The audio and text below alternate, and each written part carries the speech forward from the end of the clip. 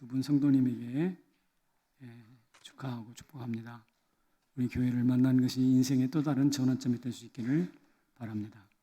제 목소리가 많이 갔죠? 1부, 3부, 1부, 2부 때 너무 힘을 써버렸나 봐. 제가 지금 이렇게 약간 몸살 기운이 있어서 목이 좀 안 좋은데 지금 약을 먹고 설교를 하지만 이것이 약이 아니라 성령의 힘이라고 저는 믿습니다. 약 먹는다고 다 되는 게 아니잖아요. 아침에 나올 때 그랬어요. 하나님, 제가 성도들 만나는 일인데 내가 몸 아프다고 설교를 안 하면 그럼 십자가는 뭐야? 십자가는 무슨 의미가 있는데 성도들에게 십자가를 지라고 해놓고 목사는 아프다고 설교 빼먹어? 이런 생각이 드는 거예요. 좋은 생각이니 나쁜 생각이니 뭐 좋은 생각이죠? 쉬어야 되나 이럴 때는? 하여튼 저도 헷갈리는데 어쨌든 그래서 제가 산부를 우리 부목사님께 맡기려고 하다가 그래 십자가다. 하나님 은혜를 주실 거다 하고 올라왔습니다. 우리 연로하신 어머니 아버님들 제가 좀 목소리가 조금 힘이 없더라도 양해해 주시고 경청해 주시면 좋겠습니다. 우리 기도했죠?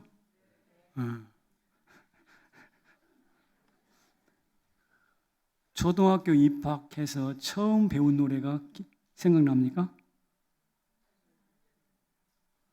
제가 다닐 때는 학교 종이 땡땡땡 어서 모이자 선생님이 우리를 기다리신다 그랬어요.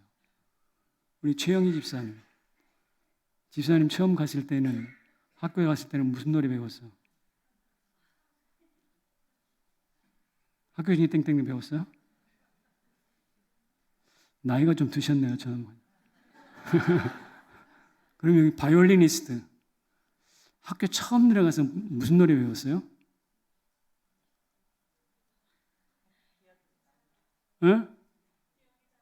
기억이 안 나. 이쁘게 생겼는데 머리는 안 좋은가? 아니, 근데 음악은 머리가 안 좋아서는 할 수 없어요. 한번 생각해 보세요. 설교 들으면서. 학교 중에 땡땡땡 어서 모이자. 선생님이 우리를 기다리신다. 예쁜 선생님이 코올링 아이들을 기다리는 참 좋은 모습이죠. 그런데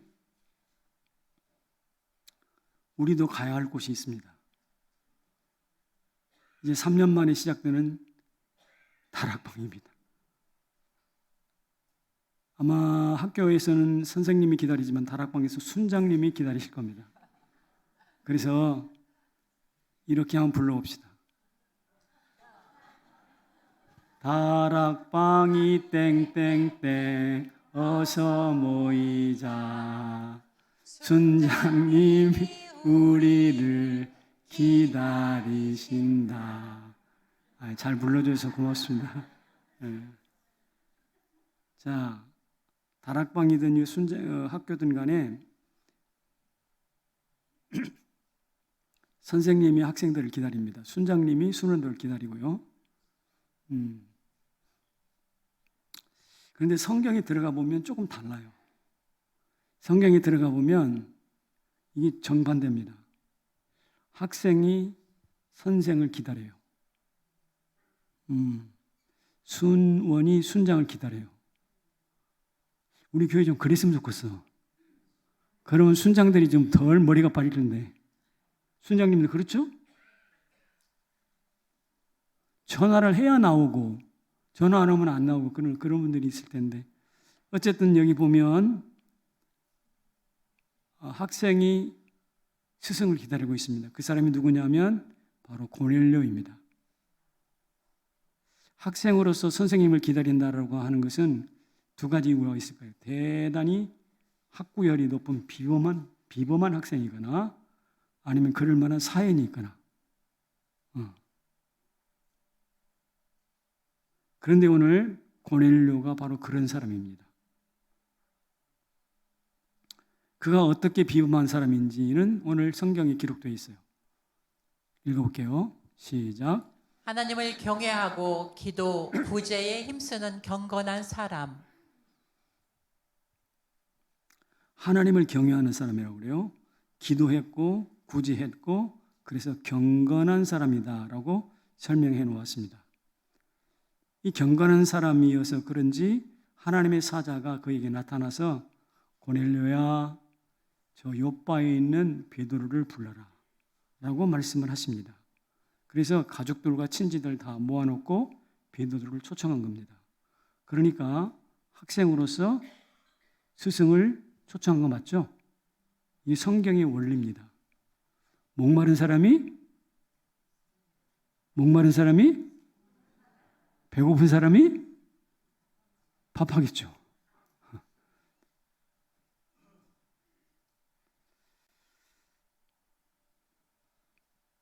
그런데 초청받은 베드로, 초청했던 고넬료가 깜짝 놀랄 일이 거기서 일어납니다. 오순절 다락방에 성령이 임하였던 것처럼 그 조그마한 가정 안에 성령이 엄청난 역사로 부어지기 시작합니다.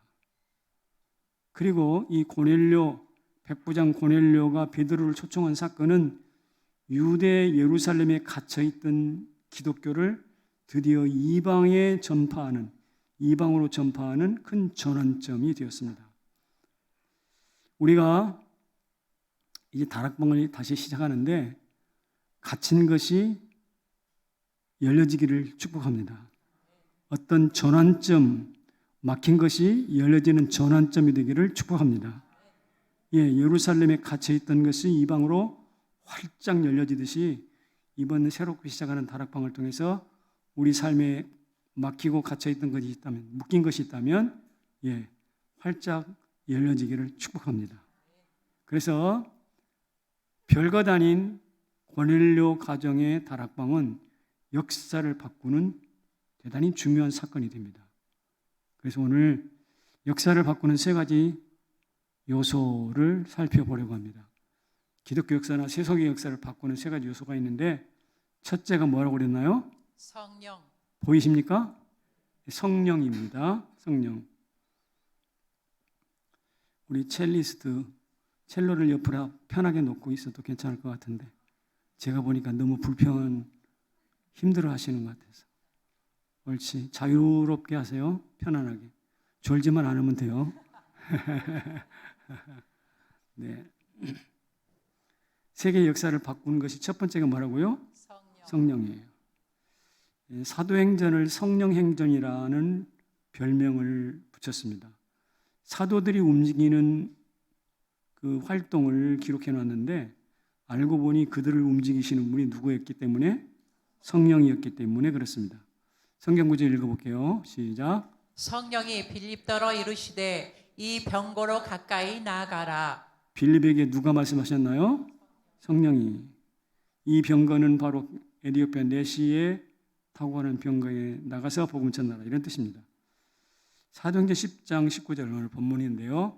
같이 읽습니다. 시작. 성령께서 저더러 말씀하시되 일어나 내려가 의심치 말고 함께 가라. 내가 저희를 보내었느니라.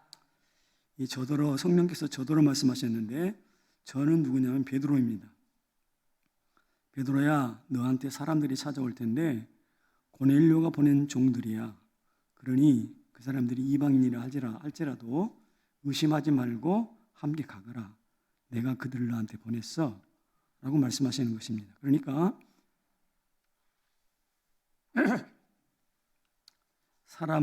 사람을 부르고 보내고 만나게 하시는 전 과정에 누가 개입하시는가? 성령이 개입하십니다. 그래서 성령은 일을 지어 성취하시는 하나님의 영이십니다. 성령은 어떤 분이시라고요? 일을 지어 성취하시는 분이세요. 그래서 여러분의 인생사 일이 지어지고 만들어지고 성취되기를 원한다면 성령께 의탁하시기를 바랍니다. 모든 사도행전이 성령의 작품이었고 그 성령이 오늘 우리에게도 역사하실 줄로 믿습니다. 그래서 미국의 릭 워렌 목사는 이런 말을 했어요. 뭐라고 그랬는가? 우리가 파도를 만들 수는 없다. 여러분 파도 일으킬 수 있어요? 아니 무슨 솥단지 안에 있는 파도 말고 저 바다에 있는 파도 여러분이 못 일으키죠? 우리가 파도를 일으킬 수는 없으나 다 같이 성령이 일으키는 파도에 뭐하라? 올라타야 한다. 올라타라. 그 파도에 올라타면 마치 하늘을 나는 것 같이 인생이 재미있고 내일이 기다려져서 의미 있는 삶이 될 것이다. 인생이 재미있고 의미 있는 삶이 될 것이다. 그랬어요. 여러분, 내 삶이 하루하루가 재미가 있어. 그런데도 재미만 있고 헛방인 것이 아니라 의미도 있어. 재미있고 의미 있는 인생이라고 한다면 그 사람은 대단히 잘 산 사람이에요. 행복한 사람이에요. 우리 모두 그렇게 되기를 축복합니다. 성령께서 일으키시는 파도를 올라타면 그렇게 된다는 거예요. 여러분, 교회 마당에 가면 아이들이 진짜 좋아하는 운동기구 하나 있습니다. 뭔지 아세요? 팡팡? 누구는 뭐 방방이 그러던데 조금 유식하게 뭐라고? 한번 읽어봅시다. 시작. 트램펄린인데 트램펄린. 차라리 난 트램펄린보다 방방이 낫다. 방방 뛰니까. 그래서 거기 올라가서 방방 뛰면 정말 하늘을 나는 것 같이 기분이 좋은가 봐요. 혹시 성가대 중에 거기 뛰어본 사람 있어요? 거기? 없어요? 여러분들은 교회에 대해서 관심이 없는 분들입니다. 지금 오늘 당장 가서 뛰어보시기 바랍니다. 예. 제가 제 방에 앉아 있으면 이 동네 지나가는 아이들이 수없이 와가지고 방방을 트램펄린 타서 발짝발짝 뛰는데 뛸 때 얘네들이 스트레스를 푸는지 소리를 그렇게 질러대. 와, 비명에 가까운 소리를 질러대. 이 아이들이 그렇게 펄쩍펄쩍 뛰면서 비명을 지르고 즐겁게 놀다가 기쁘게 갑니다. 교회의 이미지가 좋을까요, 나쁠까요? 좋아지는 거죠.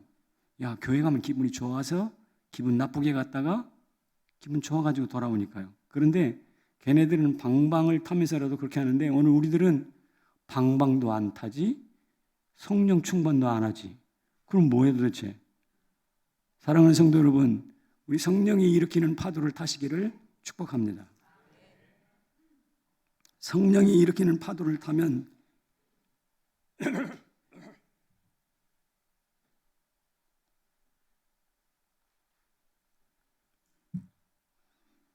성령이 일으키는 파도를 타면 인생이 재미있고 의미 있습니다. 인생이 재미있고 의미 있다는 것은 무엇을 의미하냐면 이런 겁니다. 다윗이 평소에 던질 때는 돌이 잘 가서 맞지 않을 수도 있어요. 성령의 파도에 올라서서 돌을 던지면 그 돌이 정확하게 가서 골리앗의 이마를 꿰뚫어 버려요. 이게 성령의 파도 위에서 던지는 돌의 위력입니다. 이삭이 땅을 팠습니다. 우물을 팠습니다. 우리나라에서도 물 나올 성공률이 50%밖에 안 돼요. 근데 거기에서는 물이 더 귀한 땅이잖아요. 그런데 파면 팔수록 4개 내지 5개를 판 것으로 되어 있는데 100% 물이 나왔어요.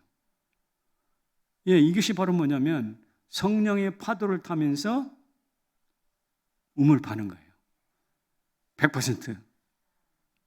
성령의 파도를 타면서 돌을 던져요? 정확하게 맞아요. 나오미가 이삭을 죽으러 갑니다. 이삭을 죽으러 갔는데 이삭이 너무 많아. 그리고 이삭을 죽은 게 아니라 한 남자를 죽어버렸어. 누구죠?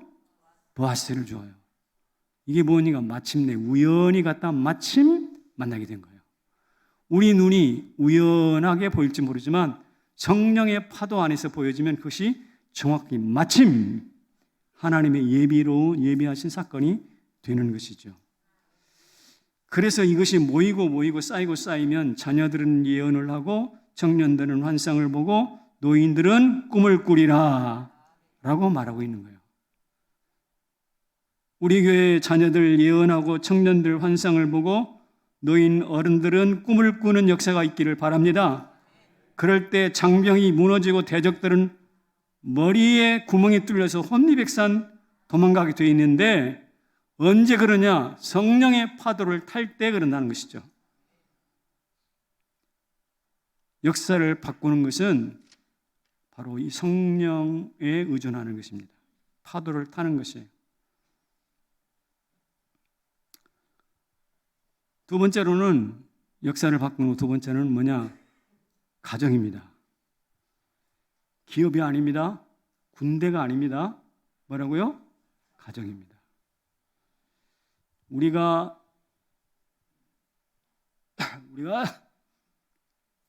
중고등학교 다닐 때만 해도 가정이 핵가족이라는 말을 많이 썼어요. 그 전에는 무슨 가정이었는데? 대가족이었어요. 근데 이제 핵가족이라는 말을 썼고요. 요사이는 무슨 가족이 나왔더라? 1인 가족이라는 말이 나왔어요. 1인이 한 가족이 될 수 있을지는 모르겠어요. 그러나 어쨌든 이 가정의 형태의 변화에 의해서 역사가 바뀌더라고요. 소비 형태도 바뀌고 사고방식도 바뀝니다. 그런데 이게 최근에 와서만 그런 게 아니라 오늘 성경 안에 보면 고넬료의 가정이 쓰임받으니까 역사가 바뀝니다.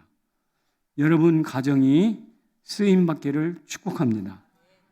예, 번쩍이는 조명과 환호가 쏟아지는 극장이 아니라 가족과 친구들이 모여서 소박하게 담수하는 그 가정을 오픈할 때, 성령교회 오픈하고 사랑하는 지체들이 오픈할 때 거기에 엄청난 기적들이 나타나더라고요.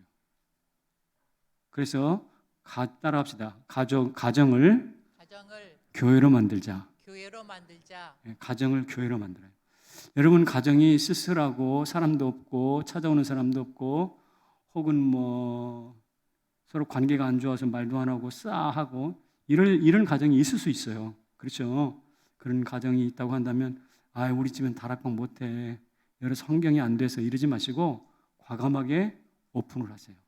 그래서 그럴 때 그곳에서 기도하고 주의 이름을 부를 때 고넬료의 가정에 성령이 임하신 것처럼 놀라운 역사가 나타날 줄로 믿습니다. 그래서 말입니다. 사도행전 10장 44절에 45절에 연이어서 읽어보겠습니다. 시작. 베드로가 이 말 할 때에 성령이 말씀 듣는 모든 사람에게 내려오시니 성령 부어주심으로 말미암아 놀라니 이는 방언을 말하며 하나님을 높임이로라. 베드로가 말을 할 때에 성령이 말씀 듣는 모든 사람에게 내려오셨다고 그랬어요. 오늘 제가 말하고 있는 이 순간에 성령이 여러분의 마음에 내려오시기를 축복합니다. 그런데 내려온다는 말은 그 다음 구절에 가면 부어주심이라는 말로 바뀝니다. 내려오는 것은 그냥 내려오는 성령의 자의적인 행동이신데 부어주심이라는 것은 무엇이냐? 성부의 영과 성자의 영을 물 붓듯 기름 붓듯 소나기처럼 부으신다는 뜻이에요. 소나기처럼 부어버리니까 어떻게 될까요? 마치 물바가지를 확 끼얹었다고 합시다. 그럼 와 누구야 하면 비명을 부르듯이 사람들의 입이 터져가지고 방언이 튀어나온단 말이에요. 방언이. 그리고 하나님을 높이게 된다고 말하고 있습니다. 우리의 가정들이 가난과 질병과 갈등과 분노로 진통하고 있는 것이 사실이지만 그러나 그 가정을 성령 하나님께 오픈하게 될 때 놀라운 기적이 나타날 줄로 믿습니다. 여러분 방언의 현장, 기적의 현장이 나타난다면 얼마나 좋겠습니까? 사실 아까 부어주심이라는 말을 제가 설명했는데 이 부어주심이라는 말은 어떤 말과 동일하게 어떤 때 또 함께 쓰였냐면 예수님께서 십자가의 피를 흘리시다, 피 흘리다라는 단어와 같아요. 부어주심이라는 말이. 또 하나는 오순절 성령 다락방에 성령의 충만이 임하다 하는 단어와 똑같아요.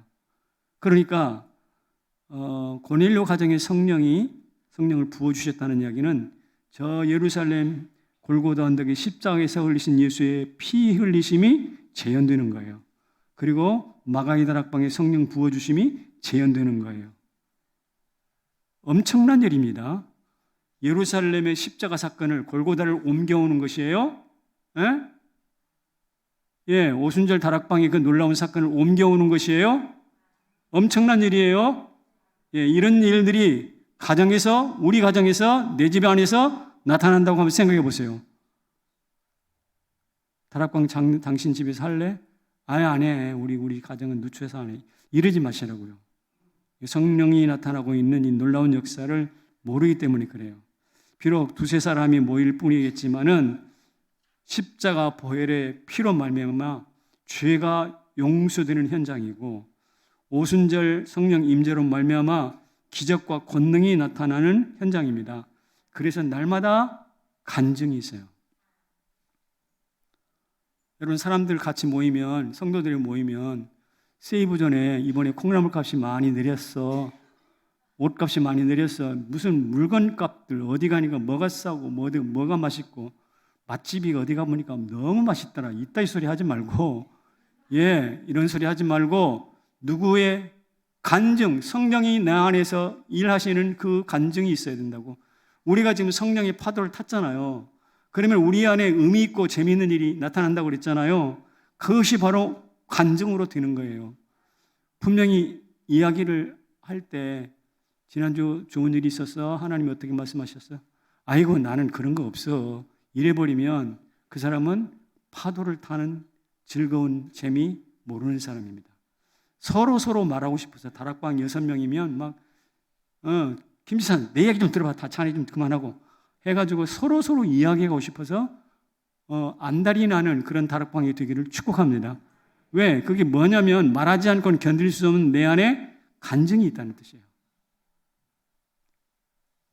병이 낫는 간증, 귀신이 물러가는 간증, 예, 관계가 회복되는 간증, 예, 오랜 묵은 기도가 응답되는 간증이 이어질 줄로 믿습니다. 세 번째 역사를 바꾸는 것이 무엇이냐면 이거예요. 환대입니다.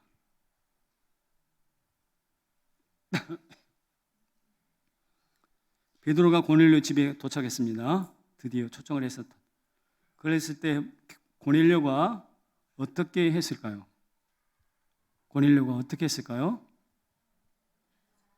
발 앞에 엎드려 절하니. 여기 엎드리다는 무너지다, 예배하다, 개처럼 핥다 라는 뜻이 있어요. 베드로 앞에 엎어져서 엎드렸잖아요.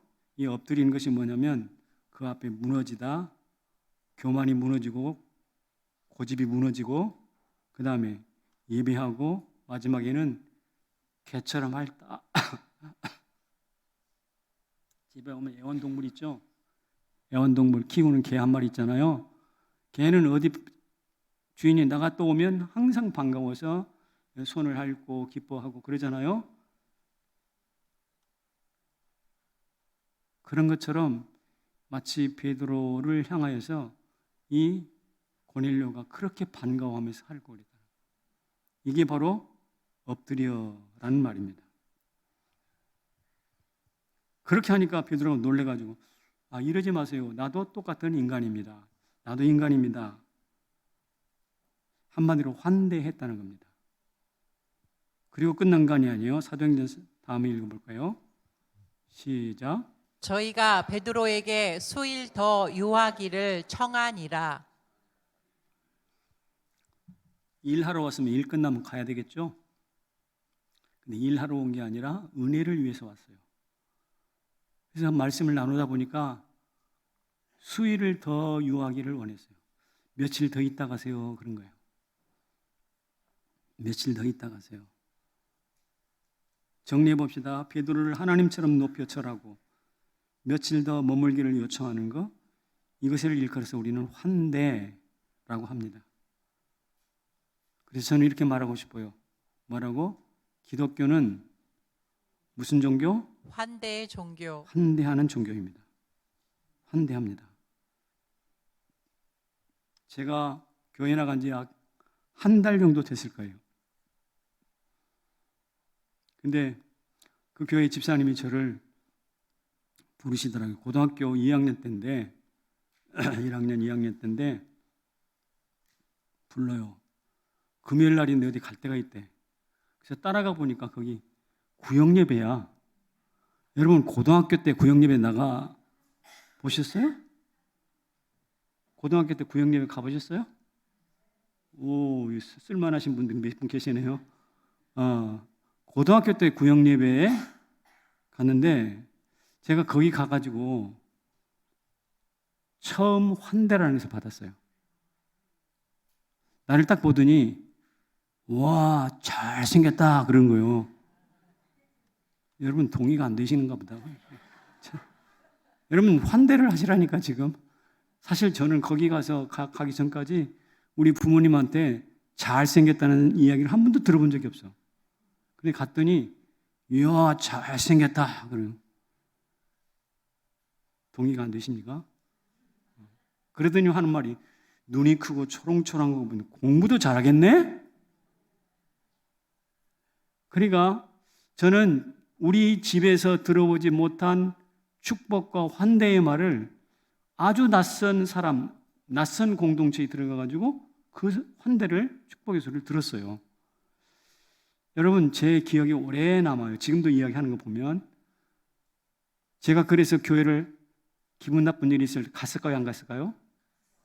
그래도 갔어요. 왜 그랬을까요? 제 머릿속에는 환대라는 아름다운 추억이 있으니까요. 여러분, 이 환대가 쌓이고 쌓여보세요. 그 사람은 엄청난 사람이 됩니다. 재난이 무너뜨릴 수 없는 강력한 사람이 됩니다. 그래서 기독교는 환대의 종교입니다. 여러분, 아브라함이 부지 중에 천사를 환대했죠. 주님이 보답을 줬어요. 내년 이맘때 너희 집에 아기가 태어날 거야. 그리고 그 아들이 태어나서 큰 민족을 이루었습니다. 그 민족이 광야 40년 동안 하나님께서 만나로 먹이셨습니다. 그의 아들 예수 그리스도께서 이 땅에 오셔서 오병이어와 성만찬으로 또한 우리들을 먹이셨습니다. 그러니까 성경에 보면 하나님께서 당신의 백성들을 먹이고 환대하고 칭찬하고 너는 내 눈에 넣어도 아프지 않은 귀한 존재야. 너는 내 것이야. 하나님이 우리에게 얼마나 많이 칭찬하셨어요. 맞습니까? 하나님이 우리를 환대하신 거예요. 성경은 환대하는 종교입니다. 할렐루야. 여러분과 제가 이 환대를 잊어버리지 않기를 축복합니다. 그리고 그 환대를 이해하는 사람은 다른 사람들을 무시하지 않아요. 역시 동일하게 내가 받은 환대를 돌려줍니다.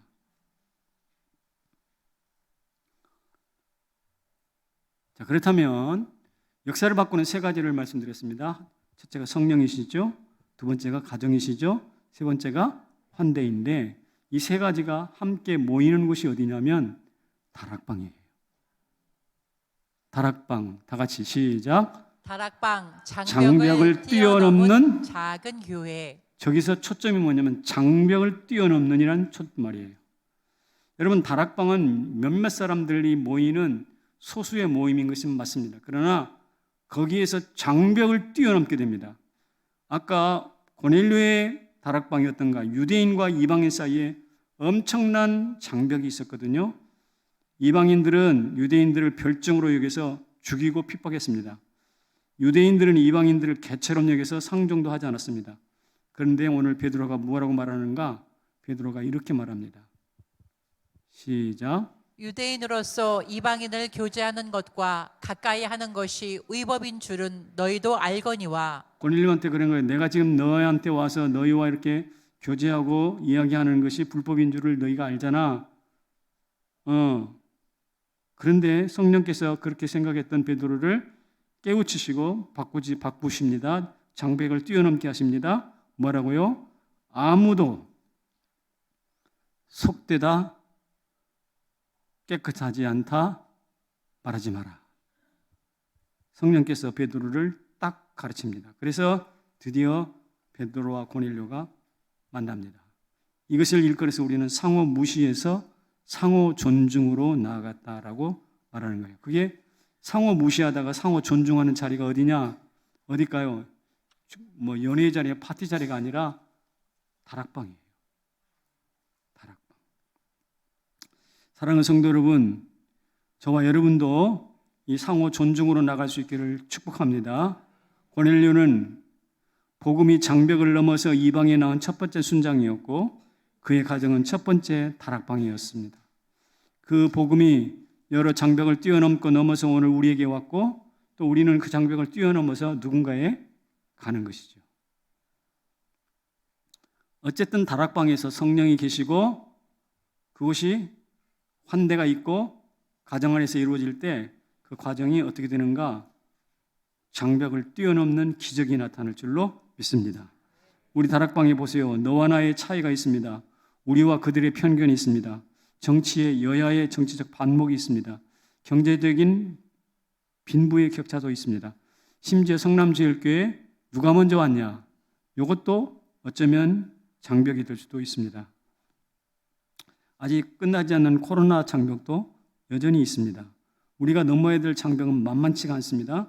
그런데 이 장벽을 어떻게 해요? 뛰어넘는다는 거예요. 뛰어넘습니다, 분명히. 어떻게 하는가? 아까 있었잖아요. 아까 고넬료 다락방에 있었잖아요. 성령이 임하시니까. 여러분, 함께 모이면 거기에 성령의 음성이 들려요. 기억하십시오. 다락방에 7명이 모였으면 7명의 목소리만 들리면 안 된다는 거예요. 7개의 목소리가 아니라 8가지의 목소리가 들려야 됩니다. 한 분은 누구? 성령이시죠. 10명이면 11가지의 목소리가 들려야 됩니다. 그리고 10가지의 목소리가 한 가지 목소리에 무릎을 꿇어야 됩니다. 이게 바로 성령의 음성이 들리는 다락방이에요. 그럴 때 그 다락방이 장벽을 뛰어넘게 되는 것입니다. 그런데 8명이 모여서 8개의 목소리만 가지고 아무리 회의를 하고 천지를 뛰어다녀봐도 해결책이 보이지가 않는다는 것이지. 두 번째로는 그 다락방에 가족처럼 상호 존중이 있잖아요. 아까 상호 무시해서 상호 존중으로 나가잖아요. 그래서 존중해줘요. 여러분 다락방에 가가지고 저 사람 왜 저런지 몰라. 아이고 참 하면서 무시하거나 그렇게 하지 마세요. 여러분 세상에 나하고 똑같은 사람이 너무 많다.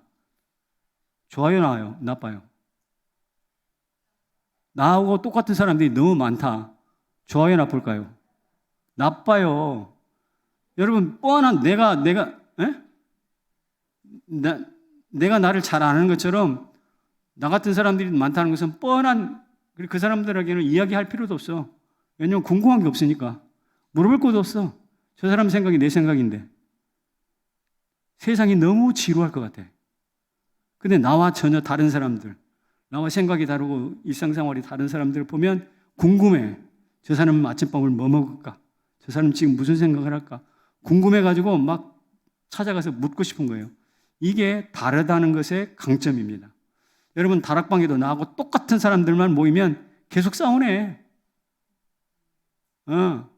아닙니다. 다른 사람, 나와 다른 사람이 있을 때 서로 상호 존중할 수 있기를 주의 이름으로 축원합니다.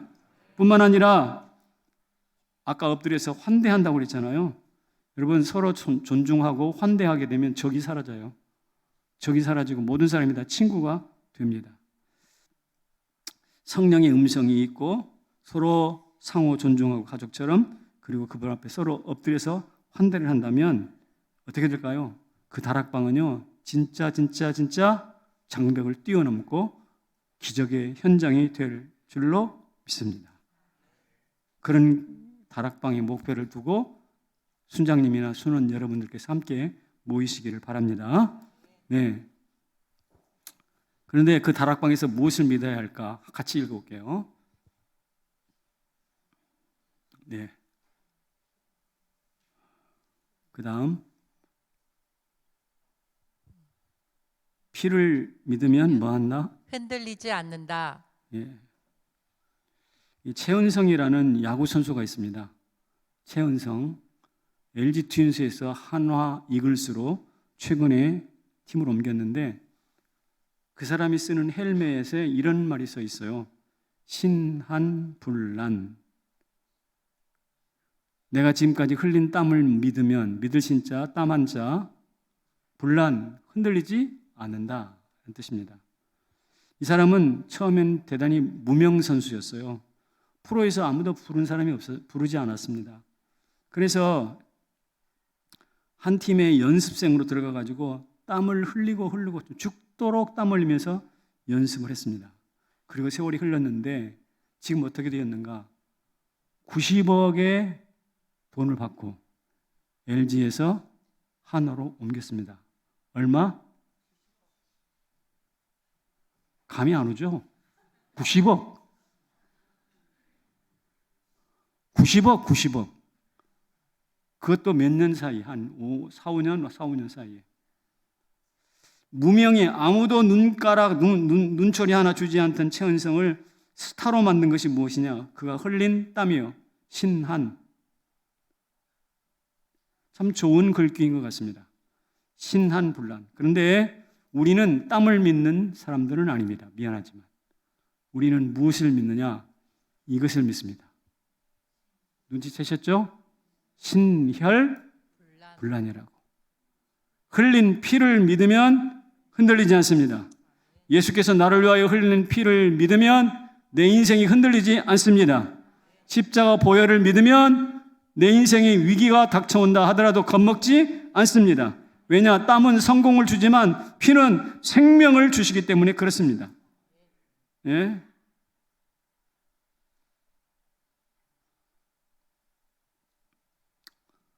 고넬료가 최은성이는 땀을 흘려서 성공했다고 하는데 고넬료는 피를 믿었습니다. 그래서 고린도전서 15장 58절에 이런 말씀이 있습니다. 시작. 형제들아 경고하며 흔들리지 말며 항상 주의 일에 더욱 힘쓰는 자들이 되라. 이는 너희 수고가 주 안에서 헛되지 않은 줄을 알미니라. 마지막에 너희 수고가 주 안에서 뭐하다? 헛되지 않습니다. 고넬료의 수고와 피 흘림을 믿는 것은 헛되지 않았습니다. 제가 고넬료가 이 사건 이후에 사도행전 10장 이후에 어떻게 됐을까 굉장히 궁금해서 자료를 좀 찾아봤습니다. 여러분도 궁금하지 않나요? 궁금하시죠? 제가 자료를 찾아보니까 이 군대에서 제대하고 로마 군대에서 백부장에서 제대를 하고 자기가 사는 고넬료 가이사랴의 주교가 됩니다. 주교. 그러니까 베드로가 고넬료를 가이사랴 교회의 목사로 만든 거예요. 가톨릭의 역사에서는 삭개오의 뒤를 이어서 주교가 됐다 그렇게 돼 있어요. 삭개오가 어떤 사람이었죠? 세리였잖아, 세리. 세리 삭개오. 삭개오가 먼저 주교가 됐고 그 뒤를 이어서 고넬료가 주교가 됐다는 거예요. 그러니까 이때 잠깐 나왔다가 사라져버린 그런 사람이 아닙니다. 그래서 제가 가만히 보니까 고넬료라는 이름을 가진 사람들이 기독교 안에 굉장히 많아요. 그리고 유럽에는 고넬료라는 이름을 가진 사람이 훨씬 많습니다. 여러분 007 영화에 숀 코넬리라는 사람을 아세요? 잘생긴 남자 있잖아요. 제임스 본드. 저보다 좀 더 잘생겼더라고. 제임스 본드.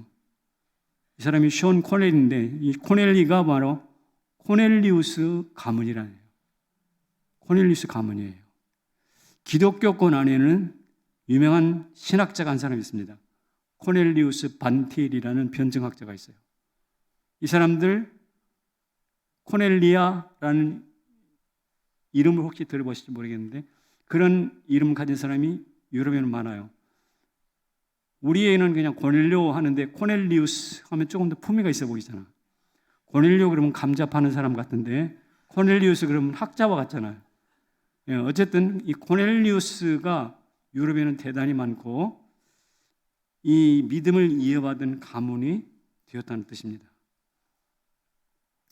사랑하는 성도 여러분, 오늘 우리가 우리 다락방에서 고넬료처럼 성령의 음성을 듣고 다락방을 교회로 만들면서 우리 가정을 다락방으로 만들면서 서로 환대하면 어떤 일이 나타날까? 고넬료가 코넬리우스 대주교가 되듯이 우리 가정, 우리 다락방에서 위대한 인물이 나오게 될 줄로 믿습니다. 그래서 한번 읽어볼게요. 시작. 주여 우리 다락방도 인물 창고가 되게 하소서. 아멘. 다락방 모였다 흩어지고 이게 헛짓하는 게 아니란 말이에요. 그 가정에서 위대한 인물이 나온다는 것입니다. 저도 억지로 고등학교 때 억지로 끌려갔더니 뭐가 됐어? 목사가 됐다고? 예. 우리 교회 박기성, 이경숙 선교사가 얼마 전에 오셨다가 다시 말라유로 출국하셨죠. 그분이 어떤 분이신가? DTS 훈련을 받으시고 다락방 순장으로 오래 섬기셨습니다. 그리고 하나님 주신 깨달음이 있어서 하와이 가서 DTS를 다시 훈련받고 거기서 성령의 음성이 들렸어요. 그래서 바로 어디로 갔느냐? 남아공으로 갔어요. 남아공에 들어가서 또 바로 하나님의 음성이 있어서 어디로 갔느냐? 말라유로 갔습니다. 말라유는 더 생활이 어려운 곳이에요. 여러분, 돌아보면 박기성, 이경수 선교사는 어떤 사람이냐? 다락방이 훈련이 만든 인물이에요. 성남 제1교회 무명의 다락방에 나온 인물이라고요. 제가 알고 있는 목사님 한 분이 계신데 GPTI, 평신도들이 전문적 지식을 가진 평신도들이 선교사로 나가려고 훈련을 받는 것이 GPTI라는 것입니다. 전문인 선교훈련원이라는 이름을 가지고 있는데 거기 원장님이 박민부 목사님이세요. 근데 이분은 원래 사랑의 교회 순장님이셨습니다. SK에 근무하시면서 순장으로 섬기다가 SK에서 그를 북경으로 발령을 했어요. 북경으로. 거기서 다락방을 개척을 합니다. 거기 한국 사람 그리 많지 않을 텐데 다락방을 개척을 하는 거예요. 그리고 제가 그 다락방을 방문했어요. 꽤 오래전에 이제 방문했었는데 고넬료가 베드로를 대접하듯이 저를 대접해 주시더라고요. 환대해 주시는 거예요. 그 집에 가보니까 아파트가 꽤 큰데 게스트룸이 따로 있어요. 따로 와서 손님이 혼자 머물 수 있는 게스트룸, 그 다음에 기도실, 소그룹방이 다 있어요. 그러니까 하나의 가정교회였습니다.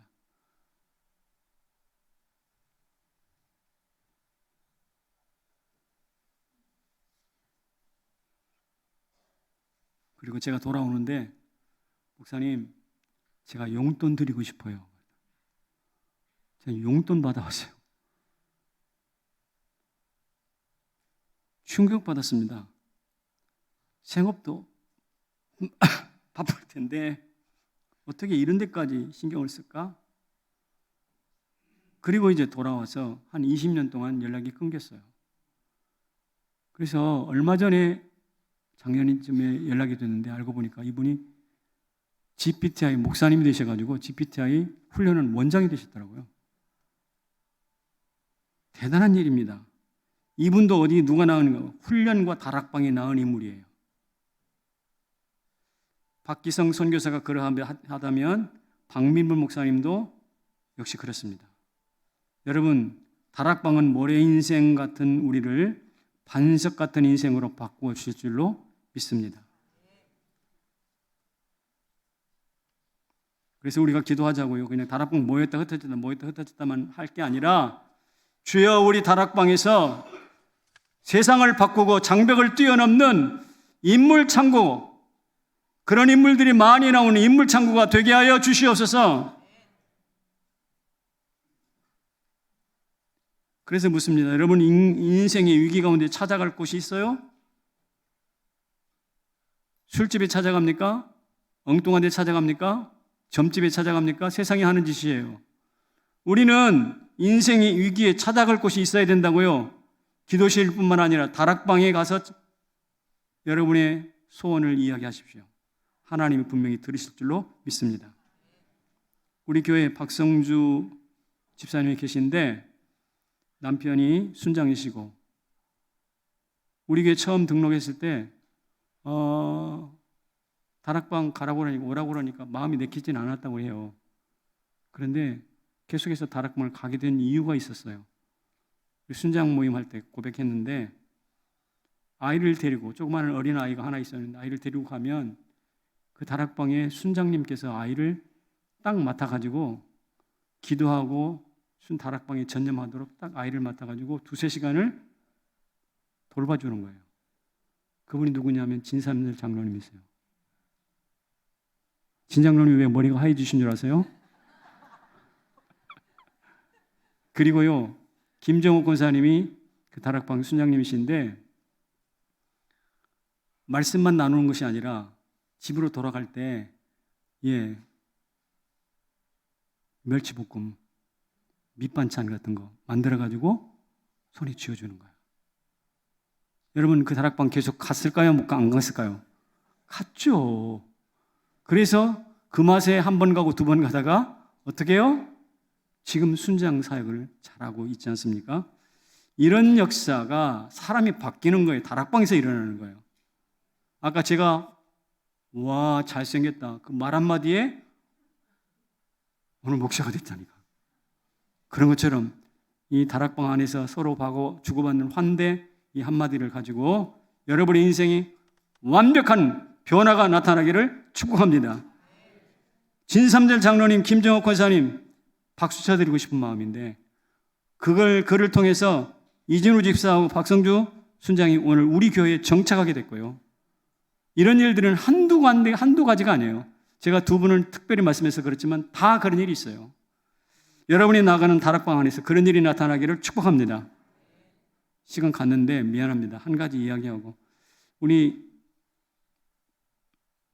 집사님께서 육남전도에 그 전도지를 만드시죠.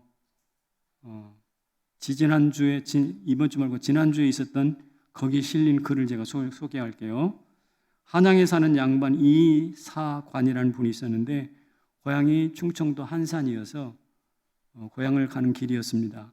눈보라치는 겨울인데 추우니까 발걸음을 재촉하지 않겠습니까? 이렇게 산모퉁이를 걸어가는데 가난한 선비가 어쩔 줄 모르고 당황하고 있어요. 가난한 선비가 옷을 남루하게 입은 선비가 그래서 봤더니 그 눈보라 속에서 그의 아내가 해산을 한 거야. 아이를 낳았단 말이죠. 아마 아이 낳으러 친정 가다가 중간에서 출산을 하게 된 것 같아요. 이사관은 자기가 양반이기 때문에 두꺼운 털옷을 입고 있었던가 봐요. 털옷을 벗어서 좀 추위를 이기도록 도와주고 그 가까운 인근에다가 방 한 칸을 빌려서 부부를 거기 머물게 했습니다. 그리고 군부를 떼주고 미역국을 끓여서 배고픔을 해결해 주었습니다. 이 당황하던 가난한 선비가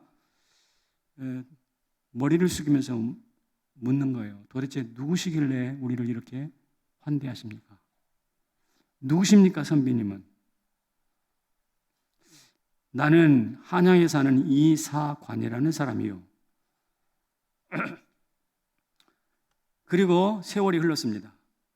길가에서 아이를 낳았던 그 가난한 선비는 사실은 그 당대 세도가 김홍경 가문의 일가부치였어요. 그래서 그 집을 드나들면서 여러 가지로 도움을 받고 있었던 사람입니다. 어느 날 김홍경의 생일잔치에 참석을 했는데 그 중에 앉았던 어떤 사람이 그 가난한 선비를 바라보고 당신은 곧 신수가 환해질 것 같소. 놀라운 일이 큰 영화를 볼 것 같소. 그 이야기를 듣는 이 선비가 과거도 이미 끝난 지가 오래됐는데 무슨 엉뚱한 소리야 라고 믿지 않았습니다. 그런데 얼마 후에 놀라운 일이 발생합니다. 그것이 뭐냐면 딸이 당대 영조대왕의 왕후로 간택됩니다. 영조대왕의 왕후로 간택됩니다. 그런데 그 딸이 어디서 낳은 딸이냐? 아까 추운 겨울 산 모퉁이에서 나왔던 길가에서 나왔던 그 아이였어요. 이해가 되십니까? 여러분, 가난한 선비가 한 방에 인생이 바뀐 거예요. 왕과 사돈을 맺게 된 것입니다. 그것으로 이야기가 끝나버렸을까요? 아니요. 그로 인하여 그때 옷을 벗어주고 환대를 했던 이사관, 이 선비, 가난한 선비가 추천해가지고 우의정을 지나 좌의정이라는 높은 벼슬로 진급합니다. 여러분 살펴보세요. 이것은 조선시대에 있었던 이야기지만 하나님은 지금도 사람을 통해서 사람을 바꾸고 가십니다. 길모퉁이에서 우연히 만난 사람을 통해서 사람을 바꾸고 가십니다. 그렇다면 오늘 우리는 다락방에서 정말 기도와 섭리 가운데 만난 사람을 통해서 왜 안 바뀌겠습니까? 우리의 만남을 소중히 여기는 저와 여러분이 되시기를 주의 이름으로 축원합니다.